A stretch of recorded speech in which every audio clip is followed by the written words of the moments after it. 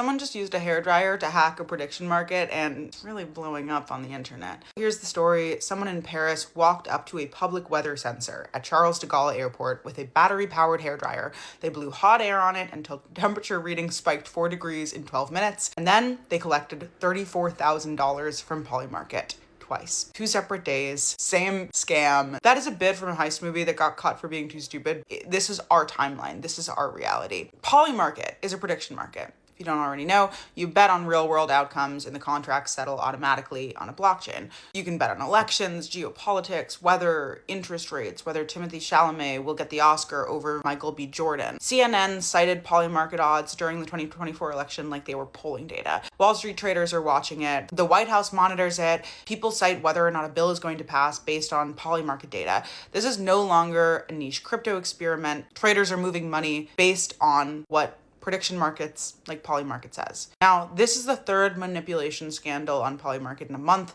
3 months ago, 3 newly created accounts made $600,000 betting on the Iran ceasefire. The White House had to warn its own staff against insider trading on prediction markets, which is really a memo you wish that the White House didn't have to send to its staff. You would hope that maybe they're like working for the good of America rather than like gambling on it. Nobody's perfect. Now, a guy with a hairdryer at a Paris airport made $34,000 in 2 rounds of blow drying. I've paid a lot to get my hair done before, but never that much. The platform is now being gamed at every level. There are geopolitical insiders at the top. There's a man with a battery-powered Revlon at the bottom. It's pandemonium, it's chaos, and it's unregulated. The range of sophistication here is actually part of the problem. The spectrum of problems here, from state-level intelligence to a guy wielding a hairdryer, is what makes the platform's credibility problem so clear. Prediction markets are still a very new class of financial technology with a lot of blind spots. So here's what actually happened over at Charles de Gaulle on a mechanical level. Polymarket settles its Paris temperature bets using a single weather sensor near the Charles de Gaulle runway perimeter. It's on a public road, unguarded. On April 6th, the reading spiked 4 degrees in 12 minutes at 6:30 p.m. No other station in Paris reported anything unusual. One user who'd placed a bet 20 times larger than their normal wager won $14,000. 9 days later, the same sensor, the same spike pattern,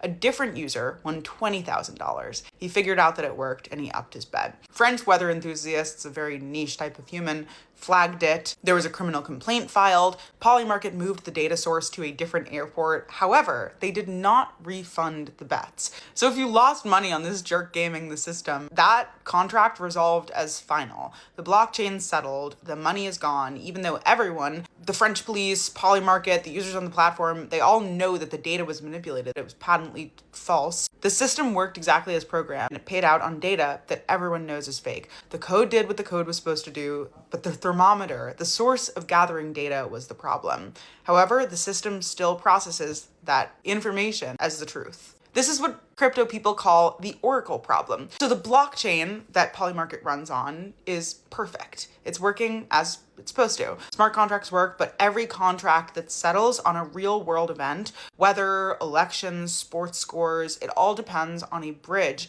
between the physical world and the code. That bridge is called an oracle. It feeds the data into the blockchain. And the oracle for Paris weather was a single unguarded thermometer, one flimsy point of failure that anyone, evidently with a hairdryer, could walk up to. This poses the biggest question, especially with a prediction market like Polymarket, which uses blockchain, unlike Kalshi, which is not run on the blockchain, CFTC regulated, and has a few more lines of defense. With Polymarket, when the code is law, but the real world facts are questionable, how do you bridge that gap? This and other questions around prediction markets are going to become more and more central to people's lives. Real money is going to be won and lost in these arenas. This is a platform that CNN treats like a polling service, that the White House had to warn staff about.